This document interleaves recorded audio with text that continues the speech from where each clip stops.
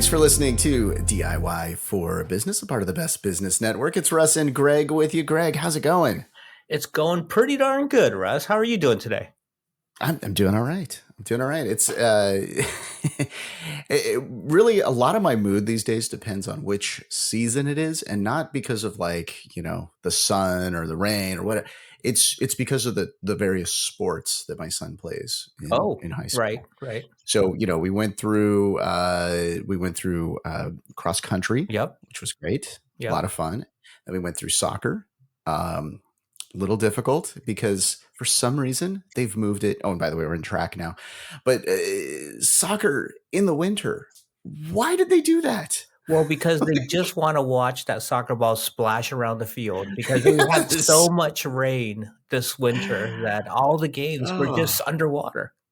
Yeah, it was crazy. Like I had told you, I think we did one of the podcast recordings right before I was going to one of the games, and it was like, I'm just going to sit in my car. Fortunately, the field is like within view because I am not going to sit out there and freeze in the rain, all wet, and watching a game. It was awful. I wish I'm using this now as a platform, Greg, to try to get this like in the fall. Well, I have a cross country question for you because Really? I've never watched a cross country match before. But if I remember back my high school days, my friends that were in cross country, they're running all over through the streets and through, different trails and stuff like that. How, as a parent, do you watch cross country? You move a lot. So I was out near you, out in Hayward, actually. There was sort of, getting close to you, getting closer to you at least. But they did a match out there, or a race out there. And it was, you go to one spot and then you watch and they all run by. And then you go to another spot and then you, so we were like doing this like triangle in the different areas where you could actually see them. And, fortunately it wasn't the first race because the first set of, people watching had no idea what to do. But like, we were like the third or fourth race or something. So, we sort of, like, oh, that's a good spot. Let's, so you got to figure out those, and you're not standing in one spot at any time. You're mostly actually walking to the next spot, cheer for them for the 10 seconds that they pass by you. And my son's really fast. So it's like, you see the flash go by real quick and then, okay, next spot. So I have not much actually seeing them. I have a really cute story. My daughter, when she was young, like 5 years old, right? Mm-hmm. And she thought she was really fast and she would run and she'd run. And then she'd come back to us and she goes, "Could you even see me? Was I just a blur?" Nice. It's funny though, like the speed, like, so were you fast as well? I was actually a very fast sprinter, but I did not have good endurance for the cross country and long distance races, but I was good in the sprints. Okay. So I was not the fastest. I was fast on my bike. I don't know if that counts. There you go. But I was fast there, but not fast in running.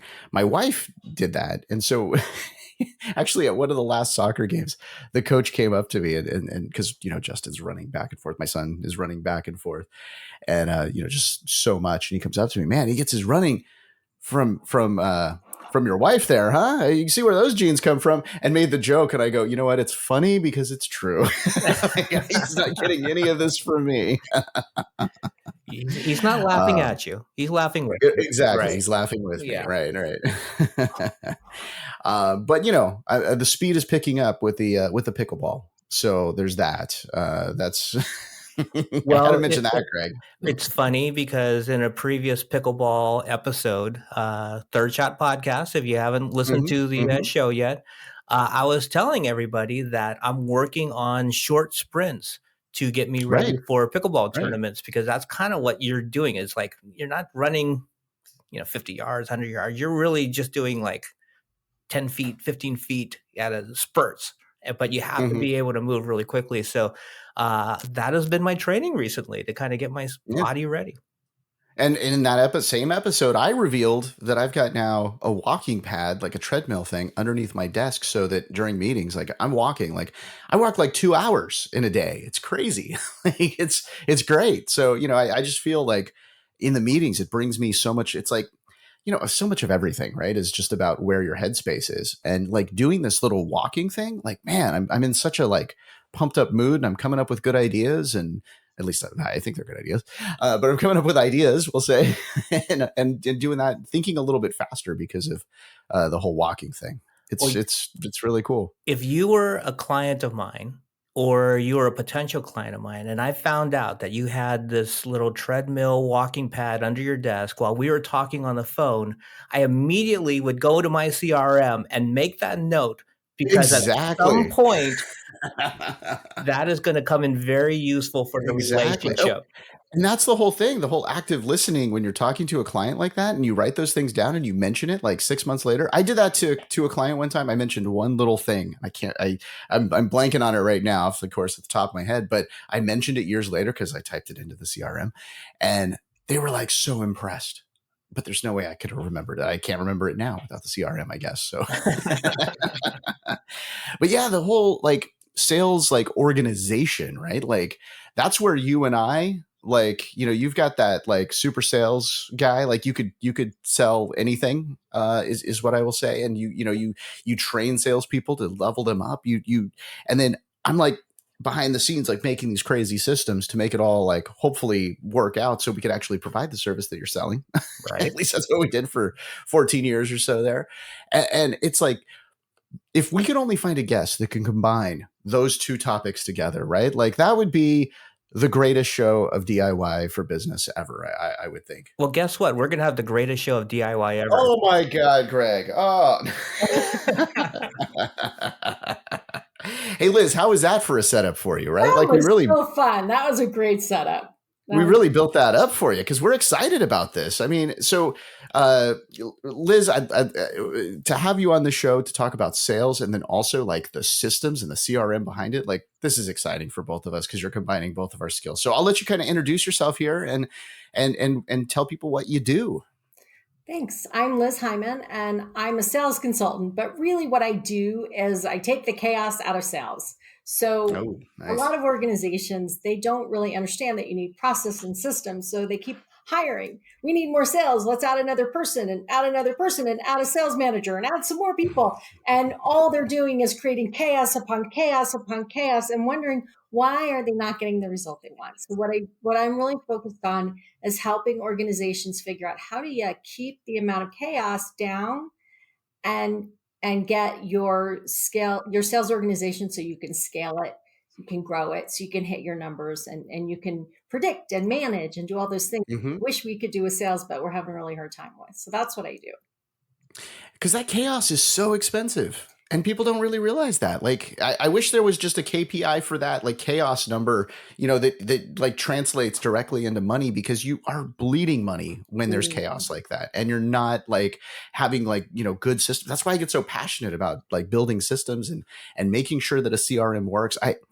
When I see somebody and I've got this like logs and whatnot, like Greg said, oh, it'd be great to put the treadmill in there, I would put that in there. Like he's got that insight, and to put that in there, like a lot of people don't. So it's one of those tough things. How do you get salespeople like how do you get them to actually level up to do that, to make sure that they're utilizing that and they see the power of those systems? So the very first thing is to create a CRM that works for them. Okay. So I'm serious. I have several clients that I'm in the middle of working with right now who their CRM was not set up for sales. One of them, their CRM was set up, they set the CRM up so that they could have cases to solve problems, and they're handling opportunities like cases. I have another one, they set the CRM up totally around the needs of the billing organization. And so it doesn't have all the things that it needs for sales, and it's not set up so that they can do things like, oh, we've got distributors, we need distributor accounts so that we can manage all the people in there and have all the data and all the notes. And like, no, well, we don't really have a way to do that, is what they tell me. Or, I mean, I could go on and on, but if you want your sales team to use the CRM, then the first thing is to understand that the CRM is designed to help sales sell, to help them be efficient, to help them be successful, and everything else comes second. And that's how you get them to start using it. You create one that makes their life easy, not hard. So what features would you look for in a CRM specifically to help the sales team? So, well, I'm going to say my very first one, and you guys don't know my sister Alice, but we're both sales consultants, and this is our mantra: make the CRM so that the salespeople can say it and it goes in. Move that from this stage to that stage. This client is going to order this product at this price, right? Can you imagine if they could speak and it populated their CRM? I bet they'd be using it every single day. Oh yeah, right. Yeah. But nobody builds on that way. So the next question is not what are the features that the CRM needs to have. It's how do you set up the CRM? So you can set up any CRM so it's functional, or you can set it up so it's absolutely dysfunctional. So things like, where am I tracking the progress of an opportunity? Am I trying to track it in the contact, or am I actually creating a lead or an opportunity where I'm tracking the progress? Well, if you confuse things, if you add the wrong things to the wrong places, if you're measuring the wrong things in the contact instead of in the account, like all of these things create chaos. If you put everybody else's stuff, mixed in with what the salespeople are supposed to be filling out, all of these things are creating chaos and frustration. So the very first thing is to think about, how does your sales organization work? What's your sales process? And how do you now map your CRM to your sales process, not make your sales process cram into your CRM? And that's how you get salespeople to use it, because now it's designed to help them do their job better. And they like it. Yeah, it's got to be fast. It's got to be well designed. Like the user experience is, I think, so often overlooked. And if you don't have like a great interface that's like really easy for them to just pick up and just like, oh, I'm going to press a button. Like I once did a database for sales. And this wasn't an excuse for me to get McDonald's, but I went to McDonald's and looked at their touchscreen because I'm like, they've spent billions of dollars probably on this interface. Like, I want to replicate this interface. And I went there and I played around with the interface. And of course I, got breakfast, but I played around with the interface and I sort of mimicked a lot of that in my database, where it was all push button. And it made it where, oh, I made a phone call. It was an outbound phone call. It lasted this long. This was the result. And it was all just touchscreen interface. And for the first time, we actually had salespeople entering in information at that particular place. It was crazy. So it's funny how much that is, comes into play.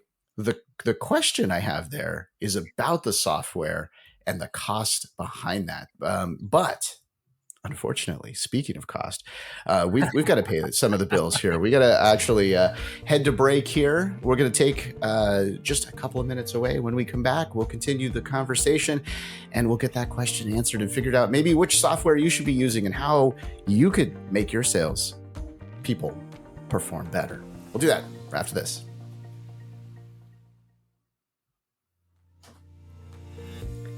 Thanks for listening and subscribing. Oh yeah, and reviewing. DIY for Business, a part of the Best Business Network. Greg always likes to say, there's no star like a 5-star. Actually, he's never said that, but I think that works, right? What's funny, Russ, is one of my favorite bowling balls growing up as a young child was the 5-star. I remember that. I forgot about that. I think I had a 5-star, or at least would use a 5-star at the bowling. So it's gone full circle in my life. I wanted the 5-star as a young boy bowling, and now I want a 5-star review from all of our podcast listeners. Exactly. So whatever platform you're listening on, please go do that and make sure you hit that subscribe or plus or whatever button that's there. I say that because there's such a problem. There's so many different interfaces that people are listening to us on, right? And I was just talking about interface with the sales thing. Like, it's really important to have an easy way to enter in information so that the sales folks actually do it. Unfortunately, a lot of times that can be expensive. So let's talk about some of those ways of attaining this for a smaller company. Like, what do you do? I've seen people that are just using paper and files. That's the bad way to do it. How do you do this in a affordable way? So paper's bad. And yes. and sticky notes all over your computer, not sustainable. So let's Right. not do that. Let's. I'm showing a bunch of sticky notes, but I don't have any sticky notes at my desk. If I feel like writing, it has to go in my notebook so it doesn't disappear. But right. I only have sticky notes till the end of the day. The end of the day, those go in and they go in the trash. So that's that. I do have that rule. I just the sometimes the system's not fast enough for me to put it in. So right. The two of you are killing my opportunity to sell 3M as a sales opportunity here. So please stop on the sticky notes. Well, let's see what software she recommends. Well, this might kill a few other possible sponsors. Okay, as well. I'm not even going to recommend a software. Here's what I'm going to say. The first thing is to think about, what is your sales process? How long is your sales cycle? The complexity of your CRM is determined by the complexity of your sale. So if you go through a sale in an hour, okay, then you need one kind of CRM. If your sale includes 25 people over 2 years and 1 million callbacks and appointments, then you need a different kind of setup. So there's two things that we want to think about when we're figuring out which tool to use and how to use it. One is, what is the sales process? And the other thing is, what do I need to see? What reports, what dashboards do I need to see to run the organization, or as a seller to be effective in the organization? Those two things determine how you set up your CRM. So that's the setup is more important than the actual tool. So if I were going to talk about tools, that I'm gonna do the ultimate no and say, don't start with Salesforce. Just don't start there. And here's the reason: it's a very complicated tool. It's a very expensive tool. It does amazing things when you take all of the interfaces that are out there. I mean, there are thousands of or hundreds of companies that are, you can do things through your Salesforce with. But if you don't know how you want your CRM to work and you don't know what reporting you want yet, then do it someplace less expensive and less complicated. So how do you pick a tool? Well, there are tons of tools. HubSpot, a lot of people are using HubSpot right now because it's free for this beginning CRM. Right. New company trying to figure this out, that's not a bad place to start. I don't love the interface. So for me, as a very graphic person, I like visuals. I like colors. The way that HubSpot is set up for me as a seller, the important information is over on the left. It's not in the center where I want to see it. And so for me, that interface is uncomfortable, but it does everything you could need it to do. It's easy to set up. It's easy to manage. It's easy to use. If you're really a team that's Google based, Copper is set up specifically to work with Google tools. It's also a very simple tool, very easy to organize, very easy to set up. Pipe Drive, I think, is the other one that people really love. It's simple to set up. It's easy to use. Sugar is another one. It's very simple. It's a very simple tool. It's not terribly expensive. It's not terribly complicated. You could probably set it up yourself. You might need a little help if you get complicated. I use Zoho, and I love their interface. I love that tool. Now, I have to be honest, there's a whole Zoho suite, and some of the tools I want to scream every time I try to use them. I love. So I'm a Zoho user myself. That's the CRM that I use for my company. And when I was, working with my team to set it up the way I wanted to set up for my sales organization, one of my biggest pet peeves, and we had a real challenge with this, is I wanted to be able to find certain information quickly. Like if I'm on a call, I want to be able to access any piece of information that I've gathered up to that point, or be able to log a new piece of information.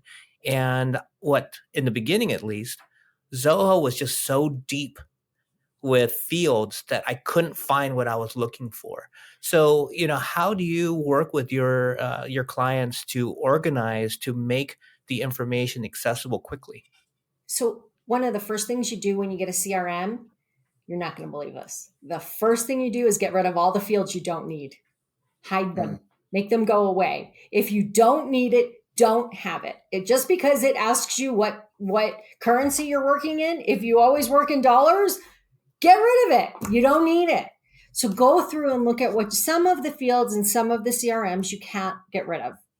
but a lot of them you can, or at least you can hide them, or you can put them all the way at the bottom. So rearrange it so that what's important to you, what you use every day, is what's visible and available, and get rid of everything else. Don't dilute what's important with the nonsense.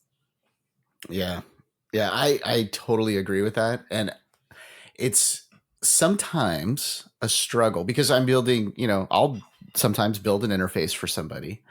You have different people wanting different things. So like, okay, you as the advisor saying delete this field, but like the owner of the company may say, no, I want this field or I want these fields.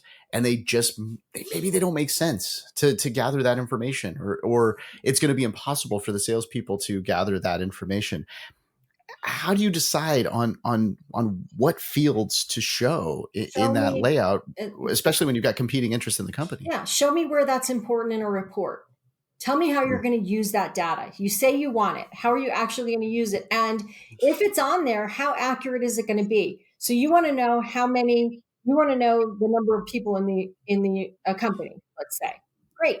Pull the information from LinkedIn, and it's moderately accurate. Yeah. Right. So you're going to base what are you going to base on that moderately accurate information?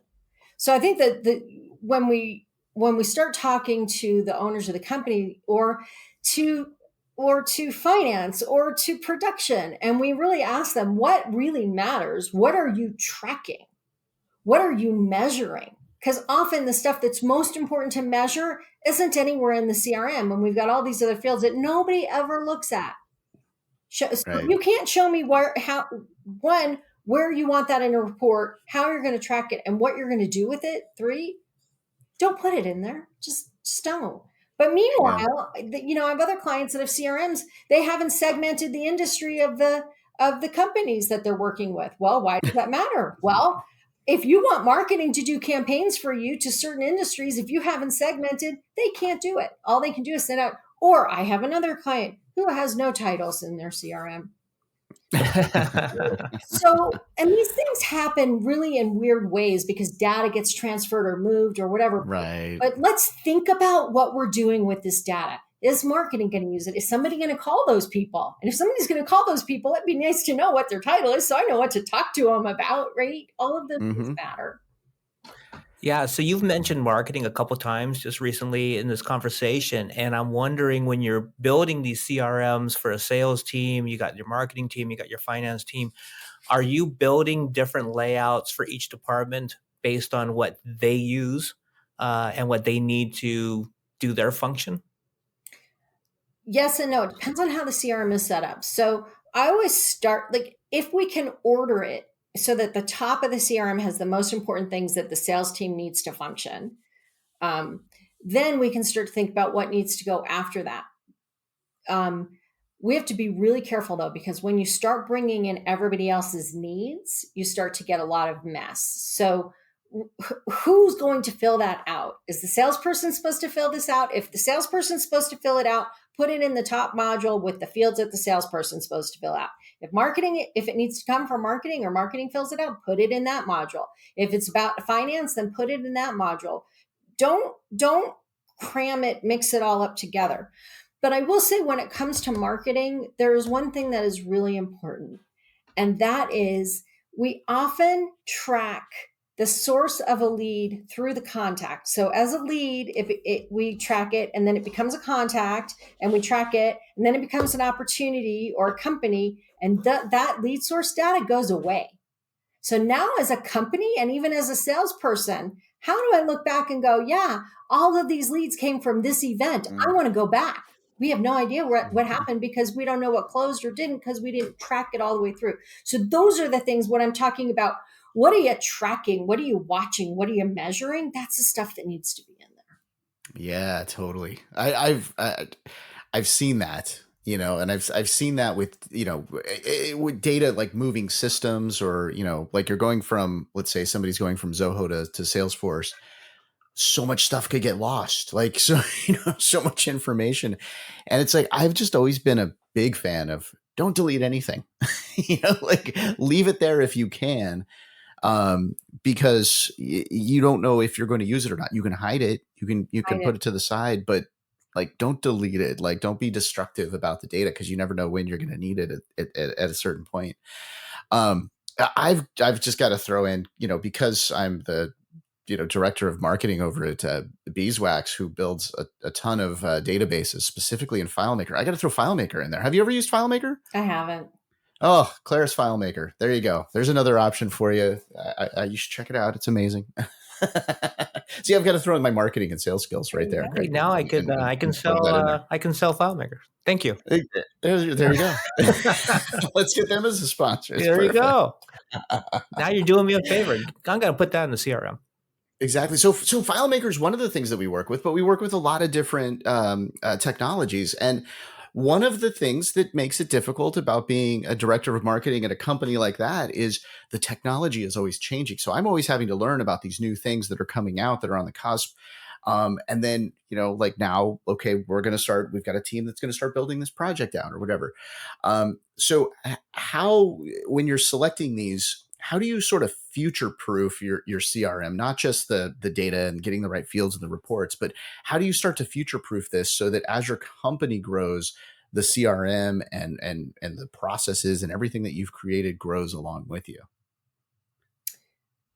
Yeah, wow, that's a complicated question. I don't have a simple answer, but the first thing is you can't, right? Because we keep thinking we know where things are going and they go someplace completely different, right? So Right. we have no idea. Mhm. So we get ideas and we can try to envision where we think we're going to be.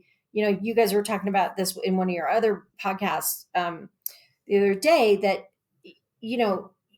you don't know for sure what's going to happen. So you go, okay, well, we have 25 people now. We have 50 people. Now we're going to have 1,000 people, right? Mm-hmm. So how do I imagine that? And I can also start imagining, well, are we going to start selling to more complex organizations? Are we going to start selling more simple products? Are we so we can start to think about the vision of our company. What's our vision? Where are we going? How are we growing? What areas are we growing? And I do that with my clients where we talk about those things. And then we actually talk about the sales strategy. How are we going to hit those numbers? And when we understand those things, we can start to think about what does our CRM need to do today? And what's it going to need to do tomorrow? Mm-hmm. But in all honesty, you can't future proof it. You can't, because the world changes so quickly. We had no idea even 7 or 8 years ago. I don't know. My friend from Nimble would say that isn't true, which is another great CRM, that we didn't know how important social media was going to be in our selling process, right? But he built Nimble all around social media and social media interactions. But as an owner of a business, I may not have that clarity to know. So yeah, you do your best, and then you plan to be nimble. You plan to review and revise. It's the sales process is never done. The CRM is never done. None of those things are ever finished, because as you evolve, those have to grow and evolve with you. You're going to outgrow your CRM unless it's Salesforce. But I guarantee you, at some point, you're going to restructure the way you use Salesforce.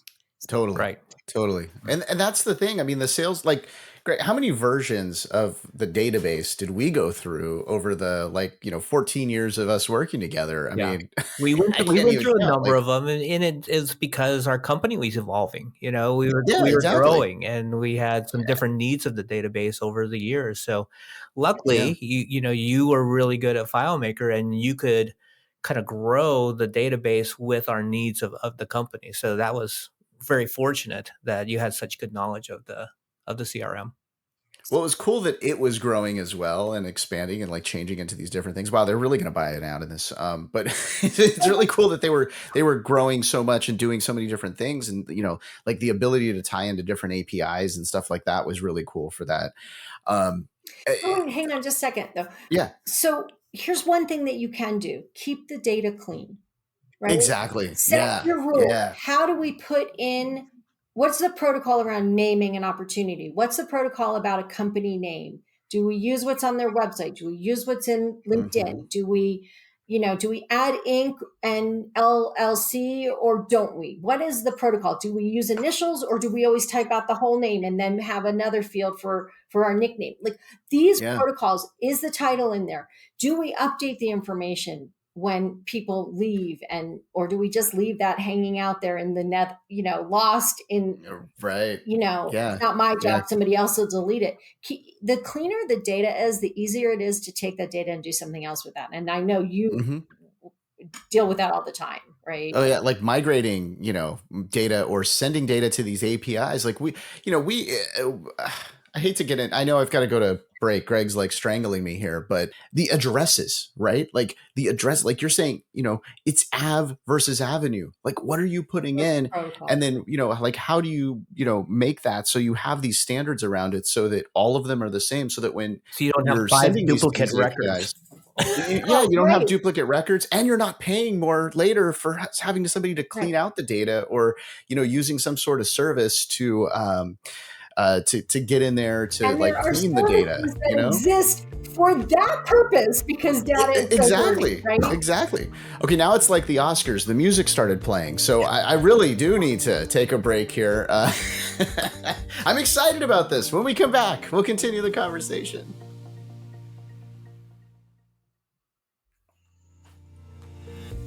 Thanks for listening and subscribing to DIY for Business, a part of the Best Business Network over there on Electrocast. Head over to electrocast.com. There's plenty of podcasts for you to enjoy. I don't know, 60, 70, 80 different podcasts now as a part of this network. I think we're over fantastic. That, And there's the Best Business Network within that. And we've got a lot of great business podcasts to just really talk about whatever you need in business. You're gonna hear that over there on the Best Business Network. So be sure to go check that out. Right here today, we're talking about sales. We're talking about sales process. I got all excited about CRMs and data, and I'm going to try to pull that back a little bit, because really a lot of this is about really just the sales process itself, right? So we should probably talk about that. I should like pull myself back here and let's talk about that, right? So Liz, when you're meeting with a new client and you're kind of understanding what their strategies are, what their goals are, how do you take that information and build it into a formal sales process for them? So I actually have a process for building a sales process. Oh, I love that. I love that. Processes have processes. I love it. Yeah. So there's a couple of things that are really important about building out your sales process. The first is that you need to identify what the stages are. And I want to talk about stages in just a second. But first is you've got to figure out, these are the stages of my sales process. And you might say, hey, when we're selling this, the stages are a little different than when we're selling something else. Sometimes it's different. I'm selling to schools is really different than selling to businesses. We have a totally different, so you might want to think about that. But the first thing is to say, look, this is the sales process. These are the steps we go through. And then the next thing is to say, what are the rules to move it from stage to stage? If I have these stages, we have to have rules that we all agree upon. And the next thing is to say, what happens in these stages? During this stage, what activities are we doing? What questions do we need to have answered? So that's the next thing. First is activities, then what questions we need to have answered. And then the last piece I like to create is the sort of, what does the salesperson need to do this? Is there content? Are there tools, a CRM? Are there signing documents? Are there, what are all of the things they need in all these different stages to do this? Which takes us back to this marketing question. I'm going to throw them in there again, because when you map that out, marketing goes, oh, we can create those, right? We know we needed them. Yeah. So that's the first thing, is being really clear about what that process is. Now I can map that in the CRM because I understand all those pieces, and I can have check boxes, and I can have momentum, and I can do different things. I can have the answers to certain questions required. And so that's the beginning. Before I can set up a CRM, I have to really understand what the sales process is. So I don't know if you guys want to ask me anything about that, but I want to talk about stages in a second, because that's really where things get crazy. Oh no, I like that. Let's get right into it. So here's the thing that I'm finding, and it's so I grew up in the world of stages are, prospect, qualify, whatever, cultivate, close, right? Those are the stages. In the Miller Heiman vernacular, we used to talk about above the funnel, in the funnel, right? Right. All funnels. Right. Okay. So what was it really interesting about that early model was that it was not based on activities. It was based on the way we sell, which should be based on how buyers buy. So what has happened recently is everybody's moved to this activity-based sales process. I don't know who thought of it. If we could get in a boxing ring together, I would probably do a knockout because I am so frustrated. Oh no. And here's what happens. If I think about the buying process, my buying process is not meeting, demo, proposal with client. That's not my buying process. I could ask you for a proposal anywhere along my buyer journey. Right. Proposal, because you put a proposal in my hand, does not mean I'm ready to close. It might mean I'm at the very beginning of my exploratory process and comparing all these different things and trying to understand.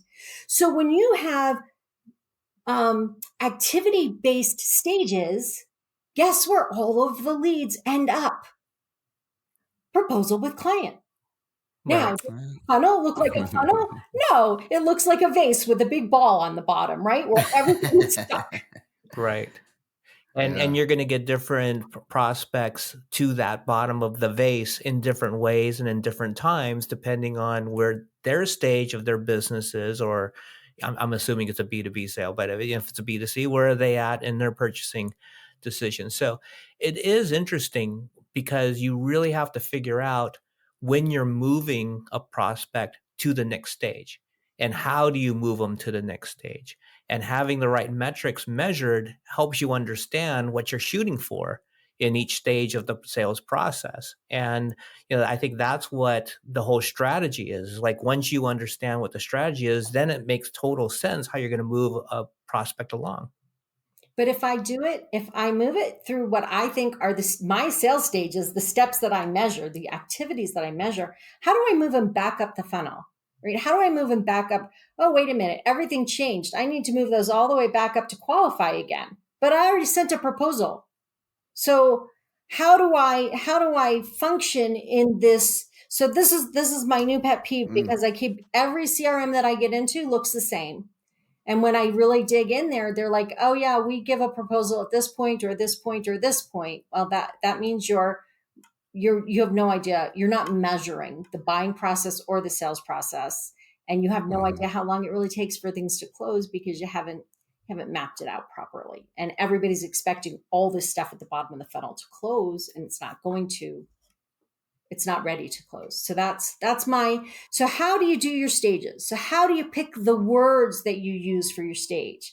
Do you qualify and then develop a solution and then revise the solution and then work on negotiating and close? Like, how do you work with the clients? What is their buying process? Where did they enter along their buyer journey? Where did they enter your sales process? Right? All of these things matter. And so we have to be really thoughtful about the stages, what the rules are around them, how we move things, so we don't end up with everything in the wrong place. Yeah. And when you're doing that, they're in the wrong place. And I've seen this. People are giving not just the proposals at the wrong time, but they're giving the wrong proposal. They're proposing the wrong things because they didn't go through the full process to get to the point of where they actually know what the client needs. Like, they don't know what to offer them at that point because it's the wrong time. Well, they're also offering it to the wrong person. So somebody has been sent out to get a bunch of proposals, which has nothing to do with all of the other people who are in the buying process that are going to decide. So they think once they hand that person the proposal that they asked for, that a buying decision is going to happen.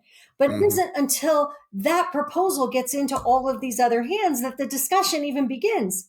We haven't begun we've begun the solving, but we're still in the midst of solving and resolving and all of that, handling objections, all of those things that happen. But we think because we handed this person who asked for a proposal that we're done. So again, you have to know what their buying process is to know where they are in your selling process. Yeah, and sometimes you're selling something that's not right for the client, and even though they buy it, you're setting yourself up for failure down the road. Whoever's having to Mm-hmm. service that, whether it's another department or yourself, you're setting yourself up for disaster because they're not buying the right product or they didn't understand that there was another option Yeah. that was a better fit for them. But Right. this goes into ethics, right? So as a company, can we stand in the position where we can say, look, walk away from bad business? If it's not a good fit, direct them to what is a good fit. And let's sell the customers that are going to be most profitable. They're going to be happiest. They're going to be repeat business. They're going to give us referrals. But we are so busy. This is okay. Another pet peeve. Sorry. Now you're getting We're fired all up. fired up tonight. I love this. So we as company leaders are always focused on what's closing.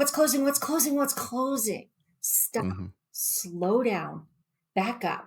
What's in the funnel? What's the momentum of the funnel? How are things moving through? What progress are we making? If I'm always focused on what's closing now, we're putting pressure on everyone in the organization to close bad business. So let's get the right business in the top of the funnel and moving through the funnel. Let's qualify out the stuff we don't need that isn't good business and focus on the stuff that we want to close. So that's, this is a big problem. Yeah. So, okay. One of the questions that I've now, Greg, we do so many podcasts. I don't know if I asked this on the Pickleball podcast or the Learning More podcast or this podcast, but I love this question. What can somebody do today? Like if they're listening to the show, they are now they're fired up as well. They want to go make some move today to take at least a step in a positive direction of creating, this system. What can they do? So the first thing is sit down with your salespeople and say, what's working and what isn't? What is working about the CRM and what is not working about the CRM? And then look at what you are doing and decide, do you have the right reports to make decisions? Right. The second thing is to say, what is our sales process? What is the buyer journey? Map it. The buyer does this, and then they do this, and they may interface with us here or here or here along their journey. So then what should our sales process look like? How should we map our sales process and make your CRM match it? Those are the simple, not easy, simple things that you can do. And I encourage you to ask for help, right? If you know somebody who's done this before, who knows how to do it, a consultant who does this stuff, take the time and get some help, talk it through, figure it out. If it wasn't right the first time, so what? Go ask somebody to help. It's okay. I have a feeling that if they contacted Liz Heiman, there's a person that could help them with their organization and their processes and their CRM and just putting all of this together and have it make sense for them. So Liz, if somebody wanted to get a hold of you, what is the best way for them to reach out? I think the easiest way is there's two ways. One is you could go to regardingsales.com, which is my website, and you can sign up for a meeting with me. Or you can send me a message on LinkedIn, tell me how you found me and what you want to ask for. And I'm happy to connect and help you. And here's the thing you should know. If you want to spend a half an hour with me and just sort of say, here's what's not working, could you tell me what to do? I'm a sucker. I'll do it. Call me. I'm happy to help for a little bit. If there's an opportunity to work together, great. But don't hesitate to ask for help. And if I'm the one you want to ask, then set it up and ask me. That's awesome. I love that, and I have some people that I know that I may send your way because they'll take you up on that, and I'm sure they'll turn into some clients for you. At least hopefully. That would be great. That would be awesome. Well, thank you, Liz, so much. I got to tell you, if you're going to do this half an hour call with her, you could see how much fun it's going to be. Like, Greg, come on. We had so much fun this episode. So it's the fastest show we've ever done because it was so much fun talking to Liz and learning from her. I mean, that's the thing. Both of us are really into this sales and the processes, but I learned tonight. So thank you so much for joining us, Liz. Oh, good. I'm so glad. Yeah, I as did I. So thank you so much. And thank you for listening, subscribing, and reviewing to DIY for Business, a part of the Best Business Network and Electrocast Media. Look at that. I'm jumping ahead of myself here still. Hey, the subjects that we cover on this podcast are selected with the goal of helping your business grow, but all of the information provided is opinion-based, and you might want to consult a professional like Liz there to discuss your exact business situation. Greg and I, well, you know what? We love doing the show. We also love hearing from you, and we would love to hear your suggestions for future episodes. Yes, just go to our website, DIYforbusinesspodcast.com. The link is in the podcast description. Head over there. You can also check out all of our past episodes. And as a reminder, you can also, review us on whatever app you're listening on right now. I'm just saying that again, Hey, we thank you for listening. Thank you for subscribing to DIY for Business, where you are not alone. Welcome to Abracadabra, Create What You Speak, the podcast that combines spirituality with creativity. Here, guests from around the world share their stories and insights on navigating life's challenges through art, music, and creative expression. Connect to yourself, others, and the world through empowering conversations viewed through a spiritual lens. I'm Ilan Azulay, your host, a spiritual mentor, and a sound therapist. Electrocast. Hello, I'm Polly Campbell, the host of Polly Campbell Simply Said, the weekly podcast where we talk about how to live well, do good, and be happy. And let me tell you what, we tap into the great minds of authors, business leaders, entrepreneurs, and so much more so that we can learn how to do the work that matters and create the lives we want to live. Join us right here on Polly Campbell Simply Said on the Best Business Network of Electrocast. Electrocast.